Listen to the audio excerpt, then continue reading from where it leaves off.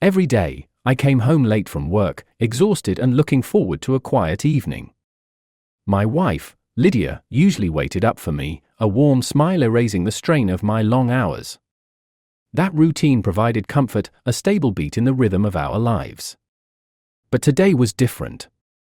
Today, I came home in the middle of the afternoon, having been sent home early due to a power outage at the office. The apartment greeted me with its usual dimness, but as I hung up my coat, a faint murmur of voices caught my attention. It seemed to come from the bathroom, the one place in our cramped apartment that offered a bit of privacy. My heart thudded with a mix of curiosity and unease. Lydia was supposed to be at her job at the boutique until 6. I tiptoed across the creaky floorboards, my ears straining. The voices grew clearer, sharper. It was definitely Lydia's voice, laced with a tone I had never heard her use. She was whispering fervently, her words punctuated by soft, conspiratorial giggles. "Honey, I'm getting tired of living in this poor apartment with this loser. When are you going to leave your wife for me already?" The words slammed into me like a physical blow. My breath hitched, and a cold sweat broke out across my forehead. I leaned closer, pressing my ear against the door, as the reality of her betrayal sank in. Inside, I heard the low, soothing tone of a man responding, his voice unfamiliar and unsettlingly calm. "Lydia, love, it's complicated, but I promise we'll be together soon. Just a bit longer, and I'll sort everything out." I stifled the anger rising in my throat, forcing myself to listen, to gather every treacherous word like ammunition. My mind raced, crafting a plan. I couldn't confront them, not yet. I needed something more, something that would turn the tables decisively in my favor. Quietly, I retreated from the door and slipped my phone from my pocket. My hands trembled as I dialed a number I hadn't used in a long time. "Max, it's me," I whispered urgently into the phone. "I need a favor. Can you meet me tonight? It's important." Max, an old friend from my less than savory days before I straightened out, was the kind of guy who knew how to dig up dirt without leaving a trace. If anyone could help me unearth the identity of the man Lydia was planning to leave me for, it was him. "Sure thing, buddy," Max's gruff voice came through, tinged with concern. "You sound rough. Everything okay?" I hesitated, then replied, "I'll tell you everything tonight." "Thanks, Maximum. I'll meet you at the old spot, 8 o'clock. As I ended the call, I turned back toward the bathroom. The whispering had ceased, the silence was now as deafening as the betrayal. Tonight, I would begin to weave my net of revenge around Lydia and her mystery lover. By the end of this, she would regret ever calling me a loser. Steeling my nerves, I walked into the kitchen and started brewing a pot of coffee. I'd need to be alert for what was to come. As the rich aroma filled the small space, I plotted, the gears of vengeance slowly beginning to turn. The night air is brisk, carrying a hint of impending rain as I make my way to the old diner where Max and I agreed to meet.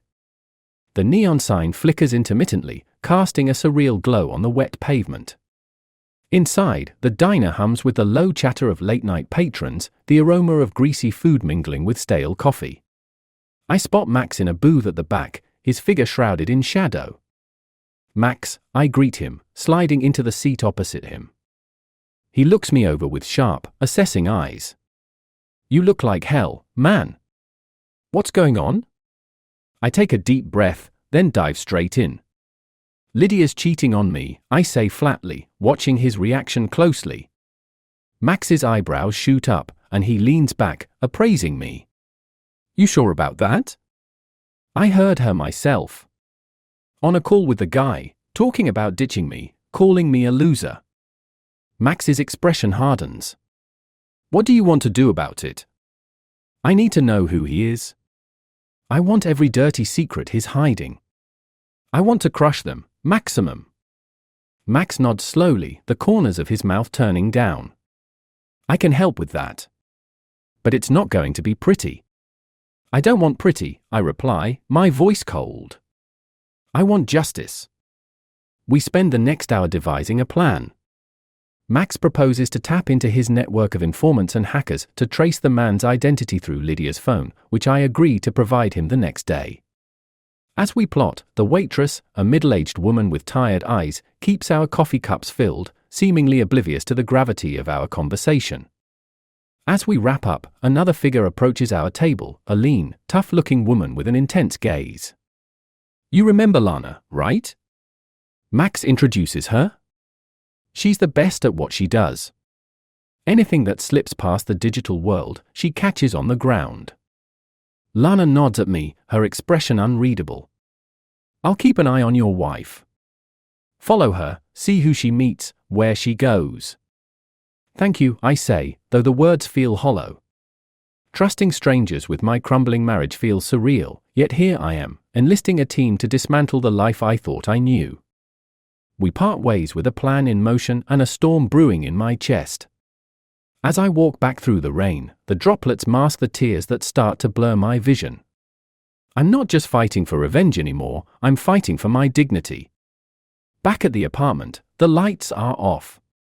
Lydia is already asleep, oblivious to the storm that's about to break over her. I stand in the doorway, watching the rise and fall of her breath, the innocent facade. For a moment, I feel a pang of the love that once filled this space. But it's too late for doubts. I've set things in motion that cannot be undone. As I slip into bed beside her, I brace myself for the fallout. The game has begun, and I am in it until the end. Morning arrives with a relentless brightness that feels mocking, considering the darkness unfolding in my life. I slip out of bed without waking Lydia, my mind racing with the plans set into motion the night before. As I prepare for the day, the apartment feels like a stage for a play where the actors are unaware of the true script. After ensuring Lydia is absorbed in her morning routine, I grab her phone when she heads into the shower. The brief window of opportunity feels like stealing breaths in a smothered room. I meet Max at a nondescript cafe, where he takes the device with a nod, his demeanor all business. "I'll have this back to you by tonight." "We'll know who he is by then," Max assures me as he tucks the phone into his bag. I nod, my stomach churning with a mix of dread and anticipation. Returning home, I reinstall the phone just as Lydia emerges, wrapped in a towel, her hair damp. She smiles at me, a normalcy that stabs at my conscience. "You're up early," she observes, leaning in for a quick kiss. "Just couldn't sleep," I murmur, the lie tasting bitter. As the day progresses, I receive a text from Lana, "It's happening." She's following Lydia, who took an unexpected day off work and is now heading into the city. The twist tightens something in my chest. Lana's updates come like clockwork, a breadcrumb trail leading to an unknown destination. Lydia meets a man at a quaint coffee shop in a part of town that caters to those with tastes for the finer things, definitely not our usual haunts. The man is tall, distinguished, with a charisma that seems to draw Lydia in like a moth to flame. Lana's text includes a photo of him, got a clear shot. Proceeding with caution. Hours drag by as I wait for more information, each minute stretched thin by tension. Finally, as dusk begins to color the sky, Max calls. "Got everything you need. Meet me." We rendezvous at the same dingy diner, a place becoming too familiar. Max slides Lydia's phone across the table and a file, a thick dossier filled with printouts and photos. His name's Richard Mallory. Wealthy. Married, with a lot at stake. No wonder he's keeping Lydia on the side. The words, clinical and harsh, fuel a cold fire within me. "What's our move?" I ask, my voice steady despite the turmoil inside. Max's eyes narrow slightly. "Blackmail? Confrontation? You have options, but think about the endgame. What do you want out of this?" Before I can answer, my phone buzzes. It's Lana, situation escalated. Lydia and the guy headed to an upscale hotel. "You need to decide now." The decision feels monumental, like standing at a precipice. "I want him to pay," I finally say, my voice a low growl. "And I want Lydia to realize she chose wrong." Max nods, understanding flashing in his eyes. "Then let's make sure they both get the message loud and clear." With the plan set, adrenaline courses through me as we head toward the hotel. This confrontation isn't just about unmasking the affair, it's about reclaiming my life and dignity. As the hotel looms ahead, I brace for the fallout, ready to face whatever comes next. The hotel lobby is luxurious, bathed in soft golden light that makes everything seem surreal. Max and I enter, our steps determined yet cautious. The air is heavy with the scent of expensive perfume and polished wood. Max leans in, his voice a whisper, room 502. Lana's waiting outside. As we ascend in the elevator, my heart pounds against my ribs like a drum. This is it. Every step brings me closer to a confrontation that will either break me or set me free. The elevator dings softly, the sound too gentle for the storm about to unleash. Lana is a shadow against the plush hallway carpet. She nods to us, her eyes sharp. They are still in there. No one else has gone in or out since they arrived. I take a deep breath, my hand on the door handle. Max places a steadying hand on my shoulder. Ready, he asks. I nod, and with a swift motion, push the door open. The scene inside freezes me for a moment. Lydia and the man, Richard, sit at a small table, an array of papers spread out before them.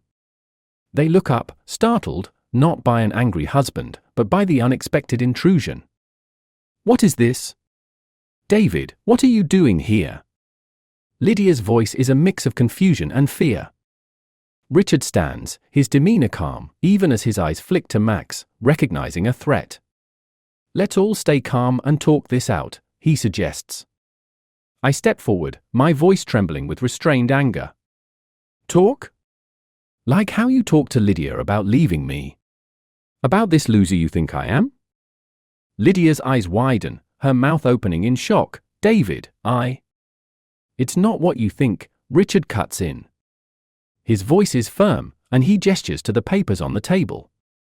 We were planning to propose a business venture to you, David. A silence hangs in the air. Max's grip on my shoulder tightens, a silent question.